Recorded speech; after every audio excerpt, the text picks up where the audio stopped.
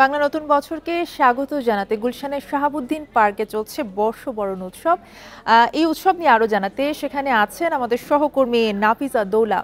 দৌলা, আপনি শাহাবুদ্দিন পার্কে রয়েছেন এই মুহূর্তে। বর্ষবরণ উপলক্ষে আসলে নানা রকমের আয়োজন থাকছে, সেখানে গানের আয়োজন রয়েছে, আপনি জানাবেন সেখানকার বিস্তারিত। বান্ডেল থাকলে প্রতি সেনমানিতে টাকা বাঁচবে। বিকাশ সেনমানি বান্ডেল কিনে জিতুন প্রতি লেনদেনে।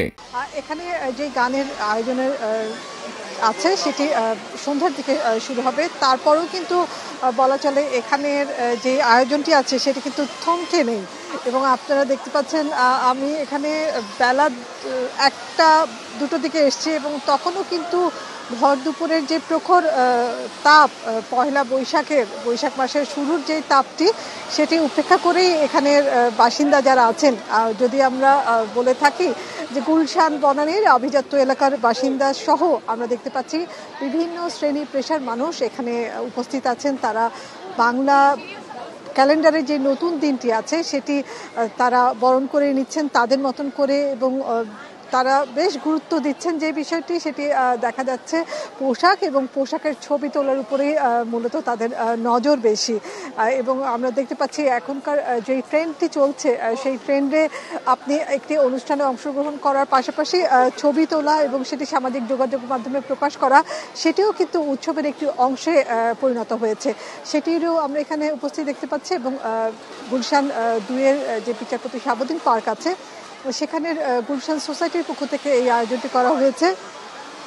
মূলত 2 দিন ব্যাপী এই অনুষ্ঠানের আয়োজন করা হয়েছে। সাংস্কৃতিক অনুষ্ঠান সহ আমরা যদি দেখি আজকে সকালে পয়লা বৈশাখ উপলক্ষে চিত্রালাপ ছিল এবং সেখানে বিশিষ্টজনেরা এসে এই পয়লা বৈশাখের যে গুরুত্ব আছে, অসাম্প্রদায়িক বাংলাদেশ গড়ার যে প্রত্যয় বাংলাদেশের মানুষের মধ্যে আছে, যেটি সব জাতি ক্ষুদ্র নৃগোষ্ঠী থেকে শুরু করে সবার মধ্যেই যেই সত্তাটি লুকিয়ে আছে, অসাম্প্রদায়িক বাংলাদেশের তারা অংশীদার, সেই বিষয়টি তারা আবারও বলিষ্ঠ কণ্ঠে উপস্থাপন করেছেন।